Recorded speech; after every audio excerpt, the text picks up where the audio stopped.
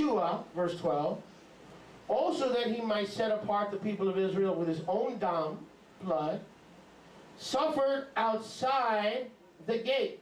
Therefore, verse 13, let us go to him outside the Temple Mount, the Garden of Eden, outside the city, bearing his reproach. Because verse 14, Yerushalayim here is not our lasting city.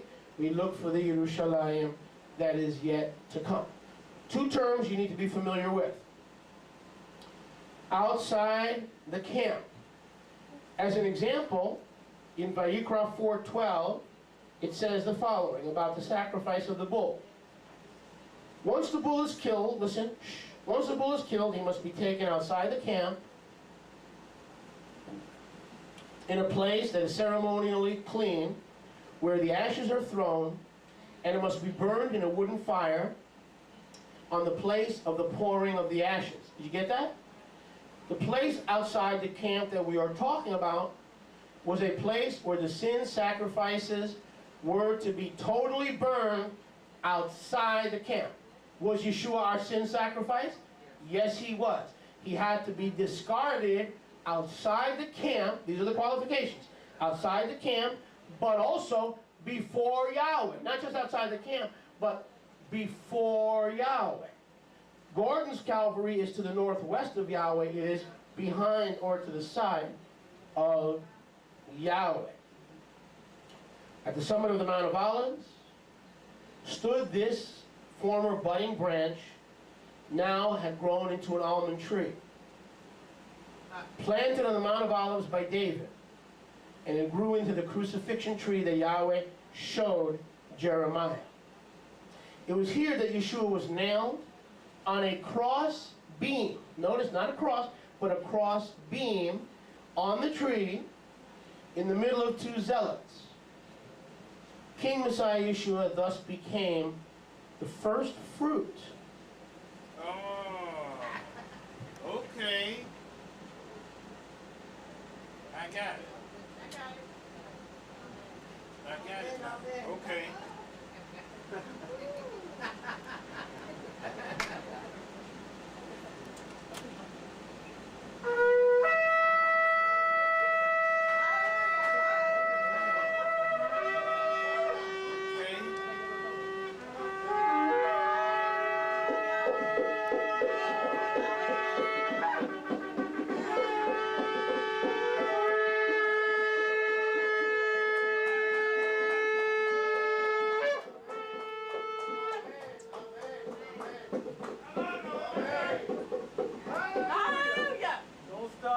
The first fruit of the newly replanted, flourishing tree of life. Doesn't 1 Corinthians call Yeshua the first fruit of those who slept?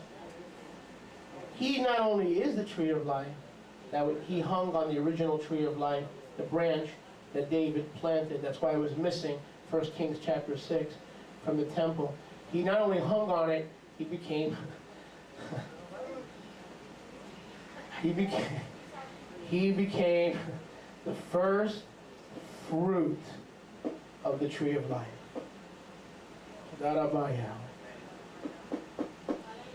Amazing stuff. Amazing, amazing, amazing stuff. Acts 5:30 says this. I'm sorry. Outside the camp hung the first fruit of the tree of life. In Vayikra, Leviticus 4:12, it says that the sacrifices had to be taken outside the camp. Numbers 19:3 speaks about outside the camp. Outside the camp, according to Talmud Yoma 68a, the rabbis teach us, outside the camp means east of Yerushalayim. Our rabbis taught us in Talmud Yoma that outside the camp always is east of Yerushalayim. Did he die on a cross or did he die on the tree of life? He died on a cross beam that was attached to the tree of life. We see that in Maaseh Shlichim 5:30. The Elohim of our fathers raised up Yeshua, whom you slew and hanged on a tree. That was the branch that would become the almond tree that Yahweh was telling Jeremiah, this is what your ministry is all about. preaching this almond branch that will become the almond tree of life. Maaseh Shlichim 10:39. We are witnesses of all things which he did in the land of Yehuda and in Jerusalem, who they slew and hanged on a tree. Galutia 3:13 and 14. That the blessing of Abraham may come upon the nations through Messiah Yeshua, that we might receive the Spirit through faith. As it is written, cursed is everyone who hangs on a tree.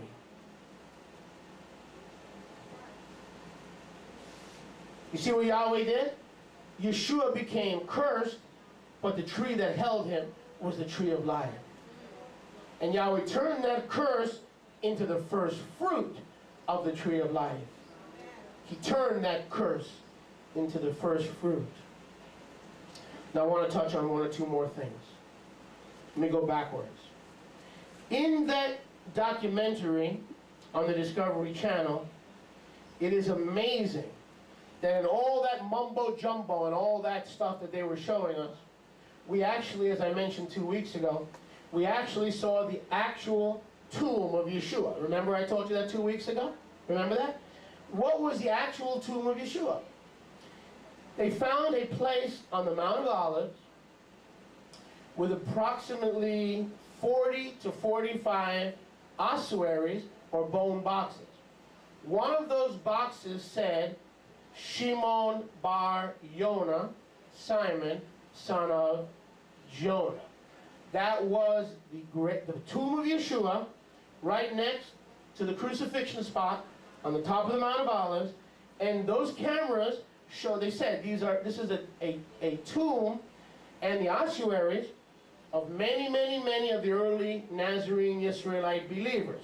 The Catholic Church knows that Peter is buried on the Mount of Olives because that was ground zero of the resurrection. Remember we spoke about that?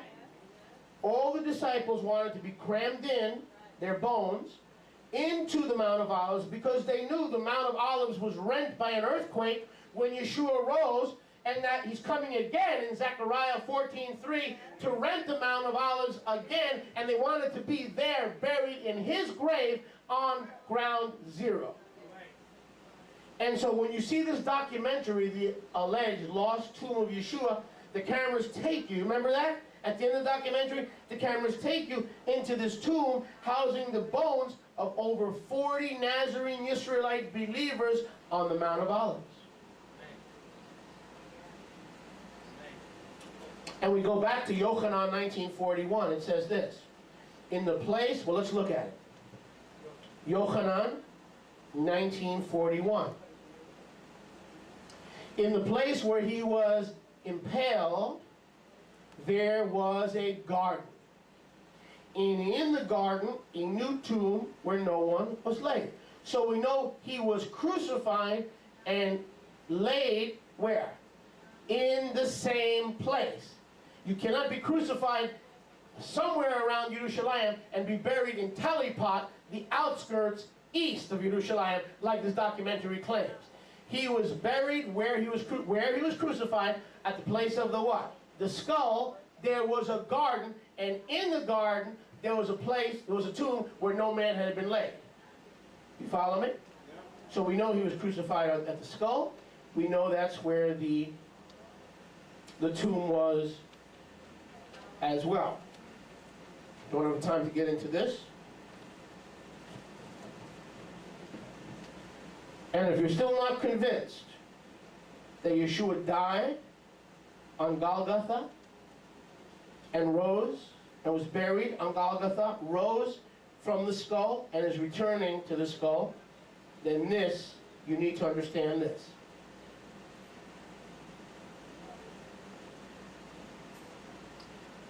Todah Rabah Yahweh.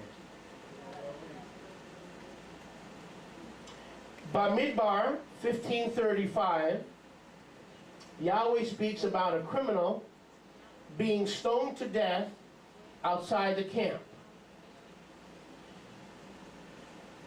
Vayikra 24:14 says, the one who has cursed must be taken outside the camp. So we know Yeshua died on the Mount of Olives outside the camp. But we read it this morning in our Torah Parsha. There is another key piece of understanding. Are you with me? This teaching stands on this truth, that the Mount of Olives, east of Yerushalayim, that death and all the red heifers that were killed there was before Yahweh. So that the Holy of Holies is in the west. Correct? You with me?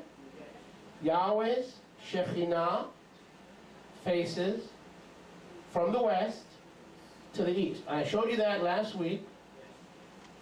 How many still have their diagram from last week? Ted? Anybody else? Kim? Baruch Hashem Yahweh. Now, take a look at this diagram, and you will see that the mercy seat, or the Holy of Holies, is here in the east, and the only way that a sacrifice could be kosher is if it takes place due east before Yahweh. So that if a sacrifice takes place here, okay, this is west, this is east, you stay right there.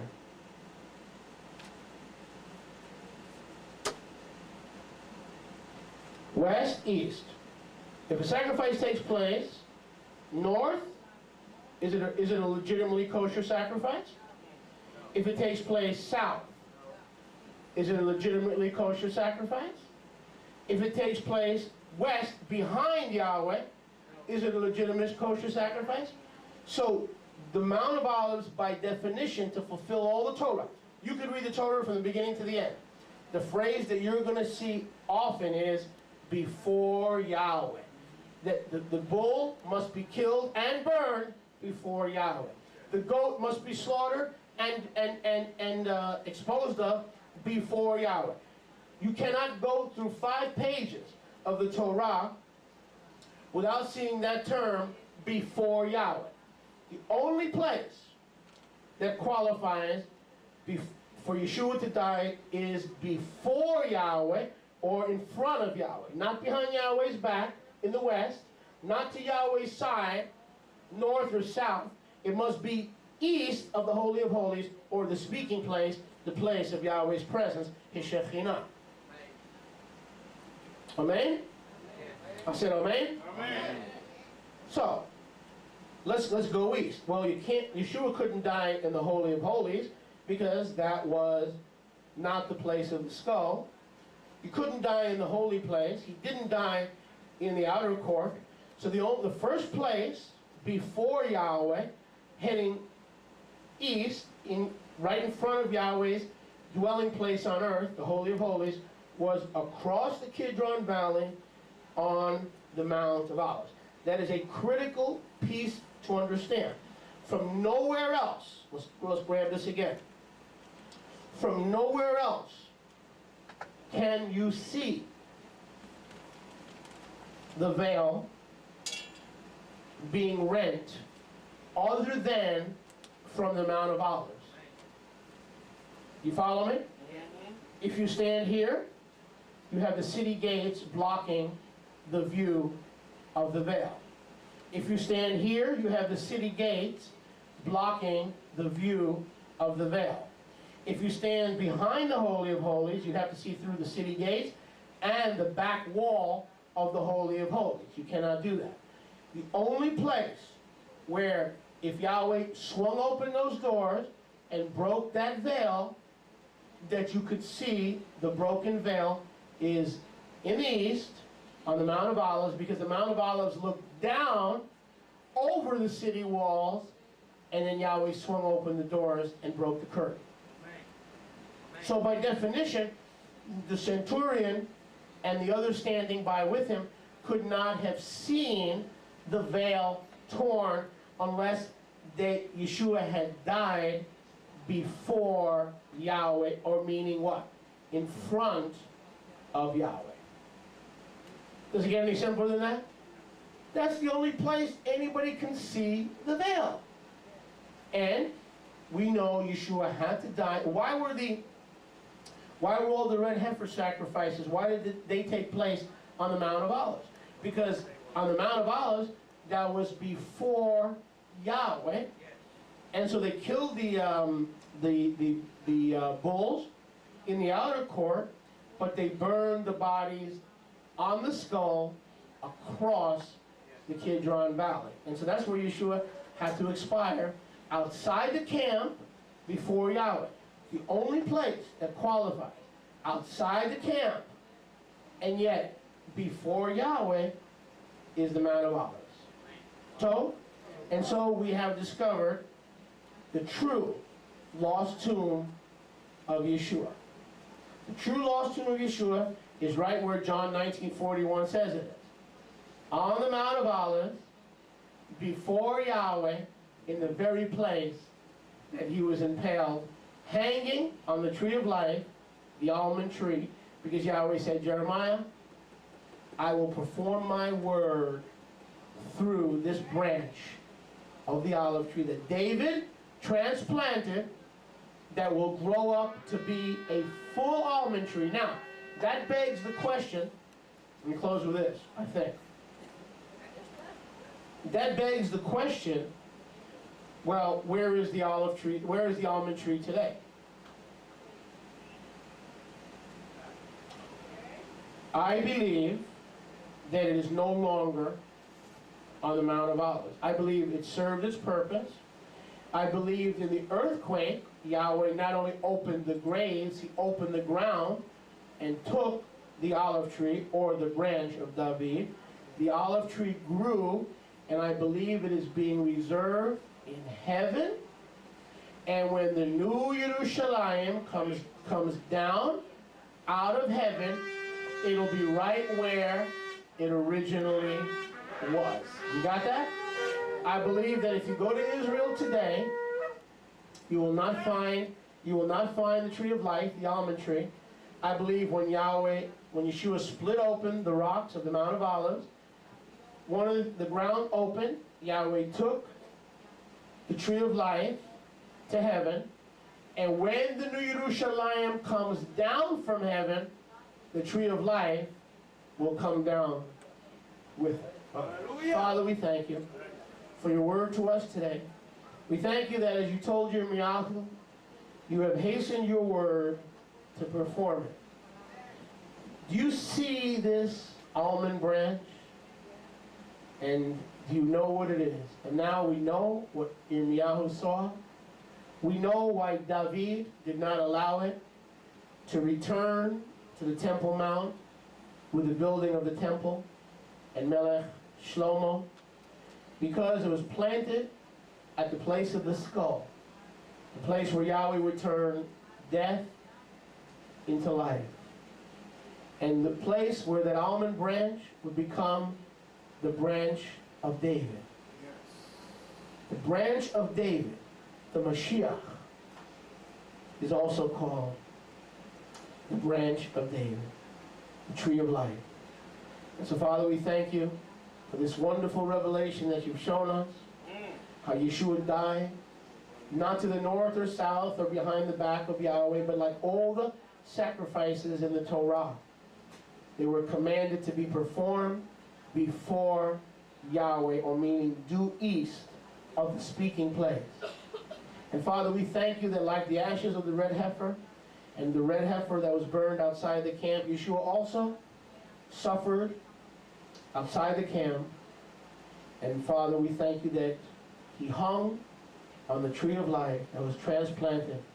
And we thank you, and we look forward for the day when that tree of life will reappear with the menorah. That will reappear when the new Yerushalayim comes down from Yahweh to this earth. And the Garden of Eden will be restored. From now on, Yahweh, knowing this truth and knowing this understanding, we thank you and we praise you that there are no bones about it. In Yeshua's mighty name, Ekol HaKehillah Imru, Amen, Ve Uh,